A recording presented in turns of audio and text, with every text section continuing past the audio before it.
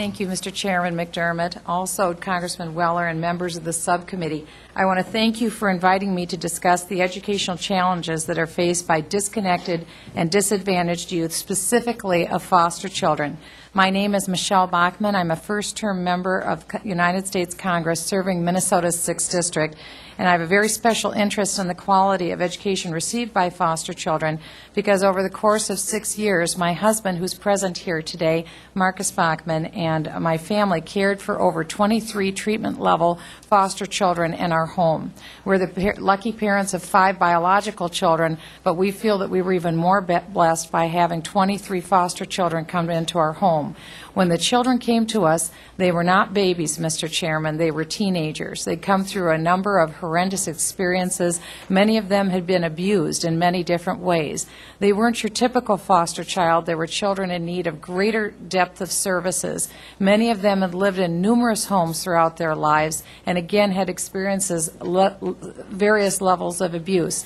We were honored to be able to bring these children into our home, Mr. Chair, and what we saw is that what these children needed more than anything was love, acceptance, and stability.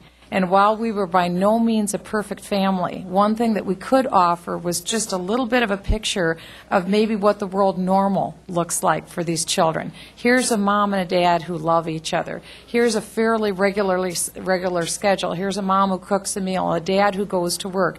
This is what normal, a snapshot of normal, might look like for the life of a child. We immediately enrolled our children in our local public school system. We live in a nice suburban area of Minneapolis, St. Paul, and we were honored to be able to have our children in our local public school system. Our biological children were enrolled in a local private school with fairly low class sizes and fairly low overall population in that school system. Over the course of the years, our foster children often would ask me if I would be willing to homeschool them at home. Occasionally they asked if they could attend our children's private school, and we had to tell them no, we were unable to do that they needed to attend our local public school. Again, our local public schools were good, but it was a new experience. And our local public schools often had 700 children in the graduating class. And oftentimes, without exception, our foster children all had an IEP, an individualized education plan. Without exception, they had a social worker assigned to them, a counselor assigned to them. They did have support systems, but oftentimes they were in a situation where they were seen as transient and temporary and not permanent. One thing that we wanted to give our foster children, Mr. Chair and members of the committee, was a sense of permanence and a sense of stability, so they could feel that as they went through their life, there's something that they could count on, that they could always come back to. We wanted to make sure that they had that. And part of that, we know at the federal level, there's the Chafee program for foster students that goes to the college level, where students can go and have a voucher program and attend a school of their choice in this transitional period.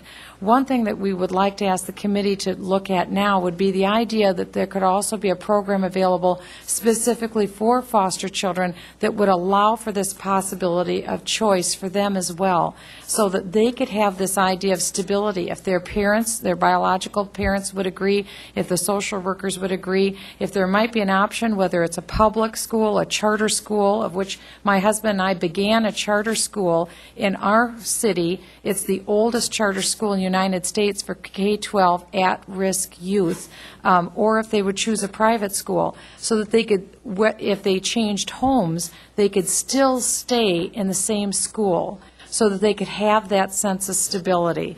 We still stay in communication with our foster children. We are grateful to say that all of our foster children, all 23, are doing well. They've graduated from high school. We have one of our foster daughters today who's in college and who plans to get her PhD.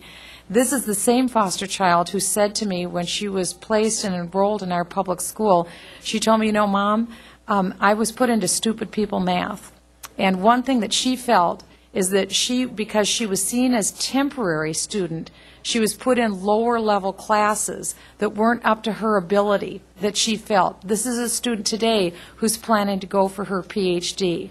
We believed in her. My husband and I loved her, as I'm sure many foster parents have done for their foster children. But what we want to do is to make sure that the potential in every child is fully realized, as I know that our committee shares that same goal. We want to be able to do that by bringing and creating a life of stability and choice for every foster child, just as our 5 biological children had that same opportunity. We want to make sure that that's available for our foster children as well. And I want to thank you, Mr. Chair. It's obvious that you have a heart of gold, and the members of this committee do as well, that we can work together and try to do something really good for America's foster children. I thank you. I thank the members of this committee.